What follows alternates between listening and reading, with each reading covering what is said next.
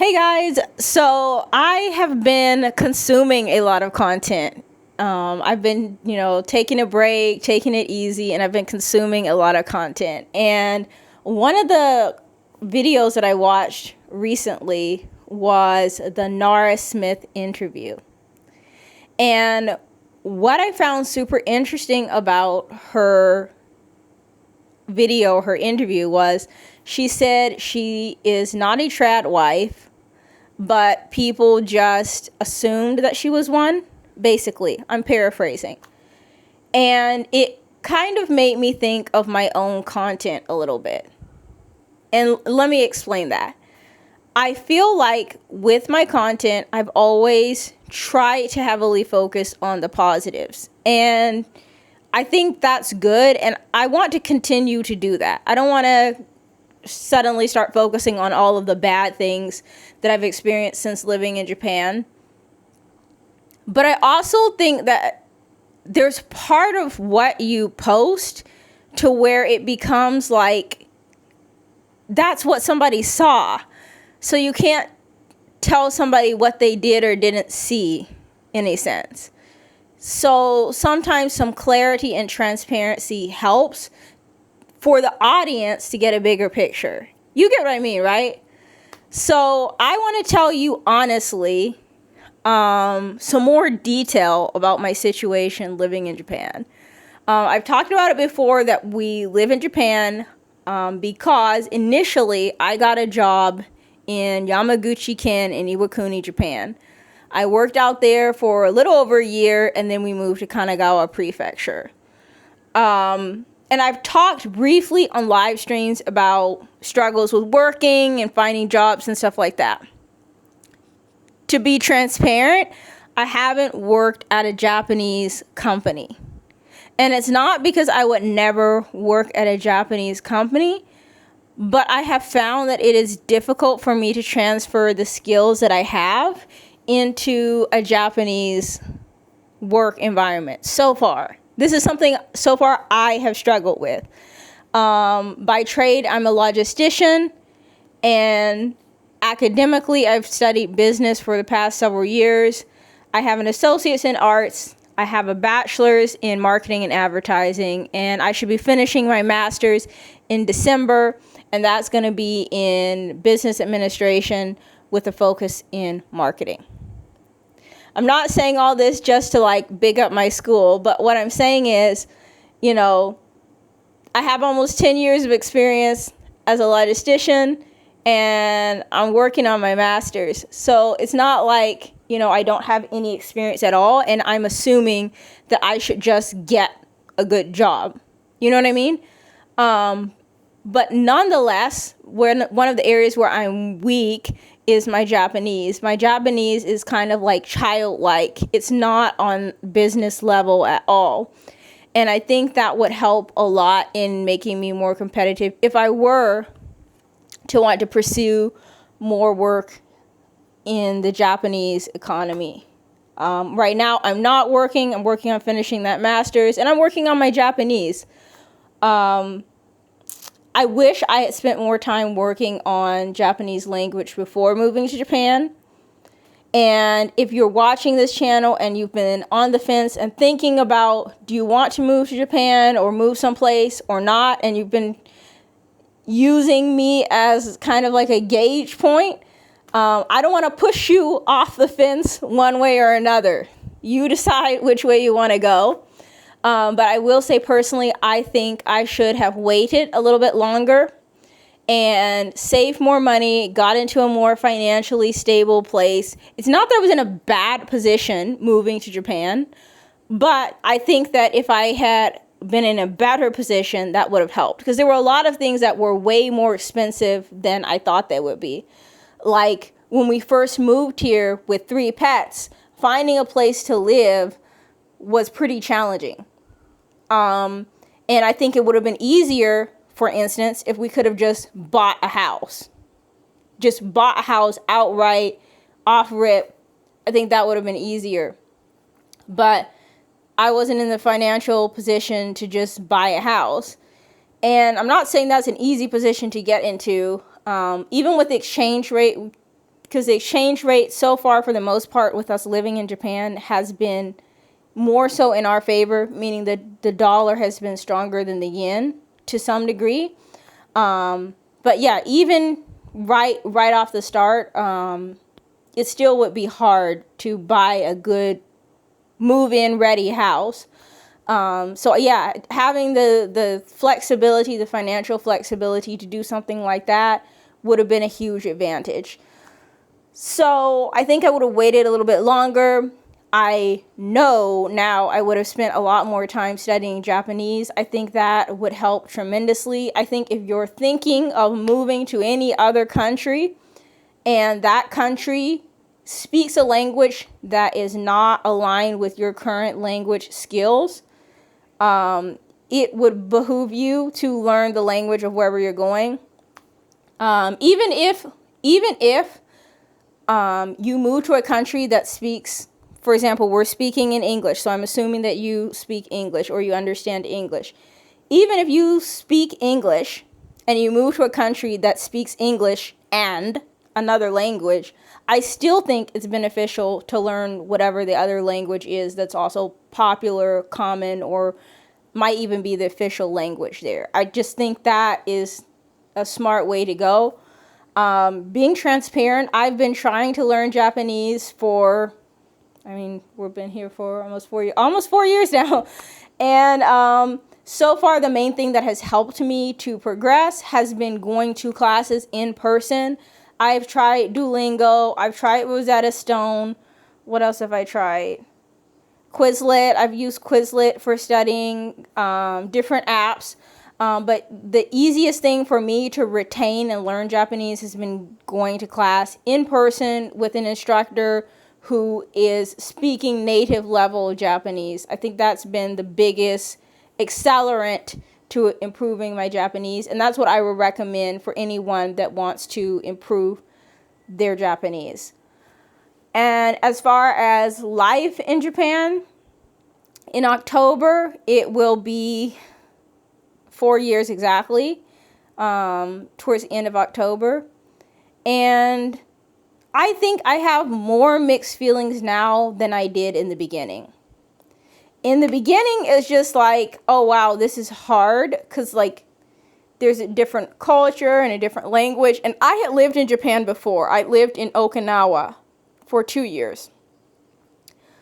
But moving to Yamaguchi-ken was completely different. And I feel like it was like a big wake-up call of, like, you know, the culture is different. The language is different.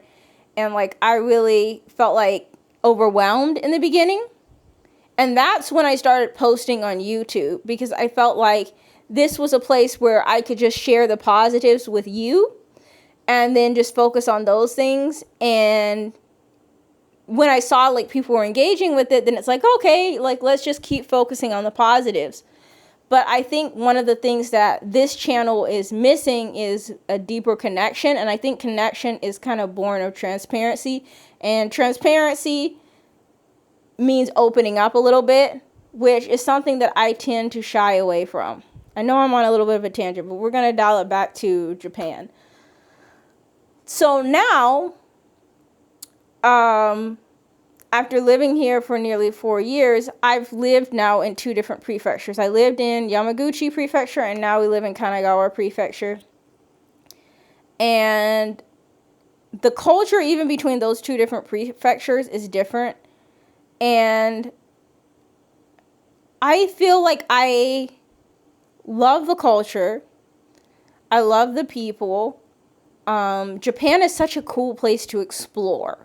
I'm planning a trip, and I'm actually going to tell you guys where I'm going, because usually I don't even tell you guys where I'm going.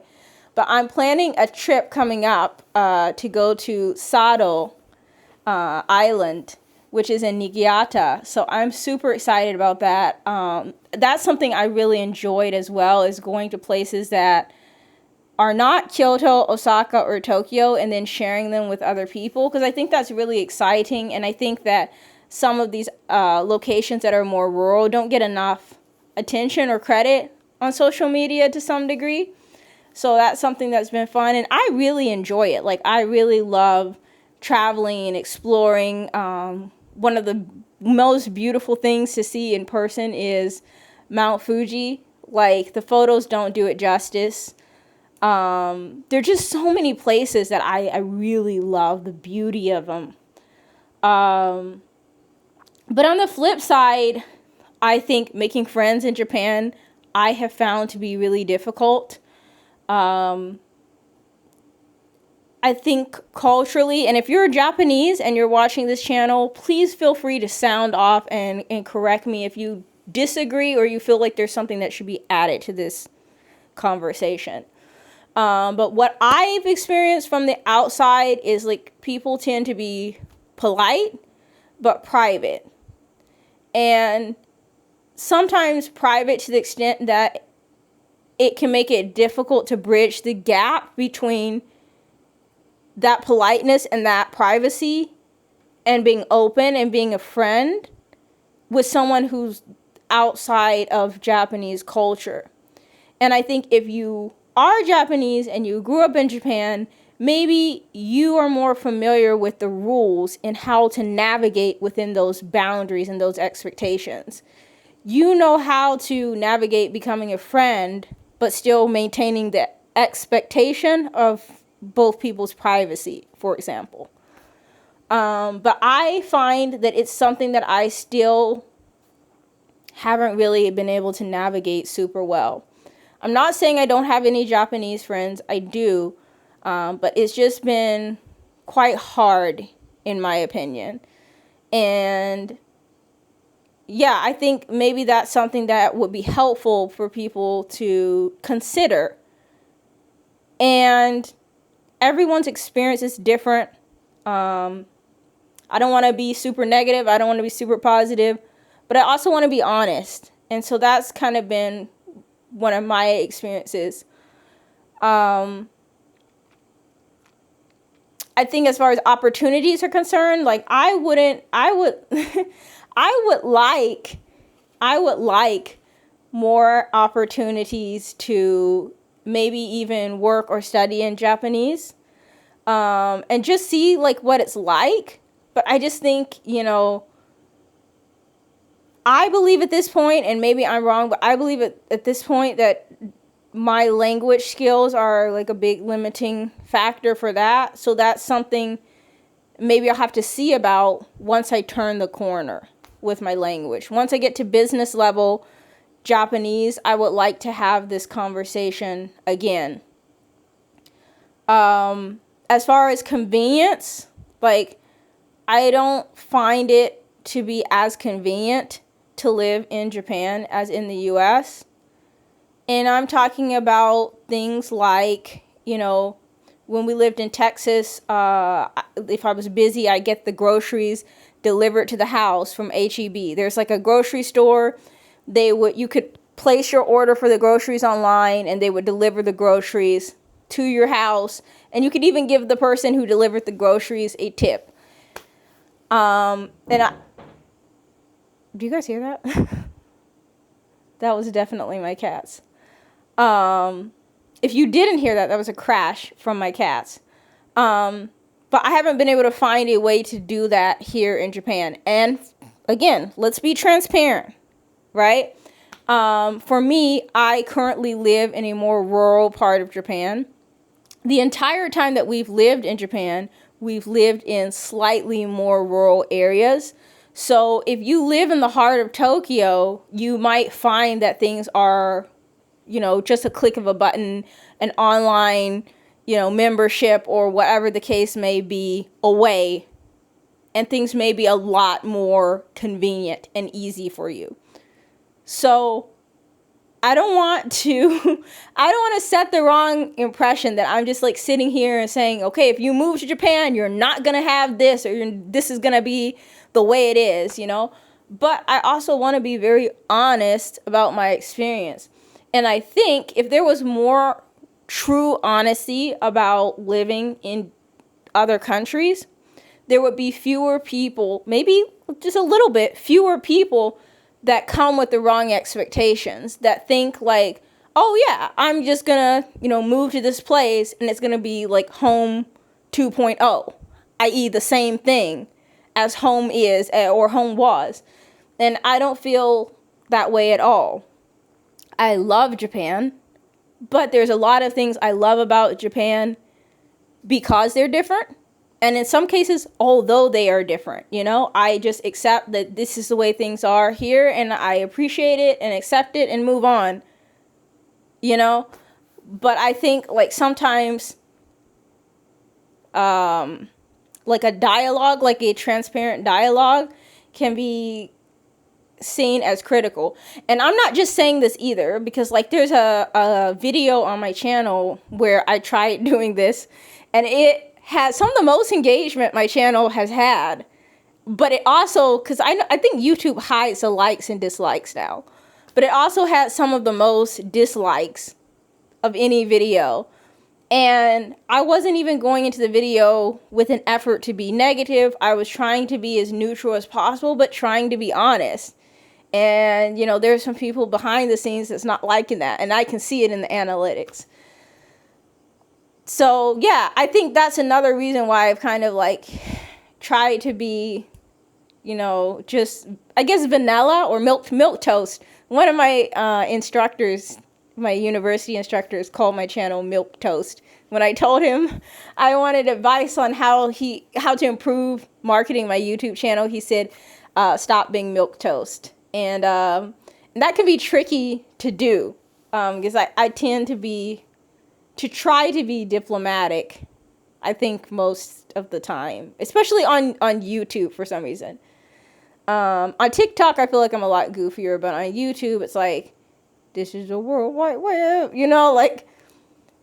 But yeah, the whole point of this video is just to be honest, to be transparent, to have a conversation with you, and to tell you what my experience has been, and maybe sitting down with you as though this is like how I would sit down with myself if I could go back in time. And I don't want to make anybody's decision for them. I've already said that.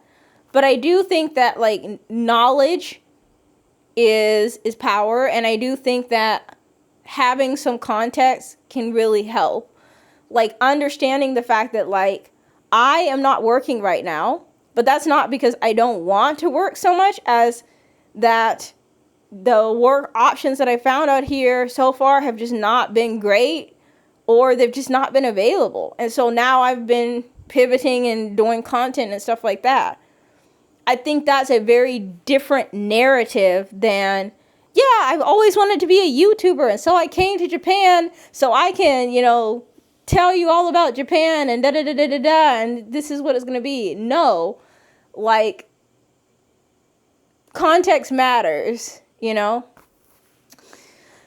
yeah, I think that is my sit down and ramble for the day. If you want to hear more of a specific topic, or you want more detail on something that I kind of glazed over or I didn't cover at all, let me know in the comment section. And if you've had a different experience to mine, or you feel like there's something valuable to add based on your experience, I would love the comments to be a safe and respectful place to add that as well. Because I think, like, there's more than one way to show up to life, and there's more than one way to gain opportunity. And, like, when people actually communicate the knowledge and resources they have, that's how people get empowered to have better choices and make better decisions. So that's all I have to say for today. Don't forget to hit all the buttons, like, comment, subscribe, all of that. I need to go to the gym, and I'll see you guys later. Bye.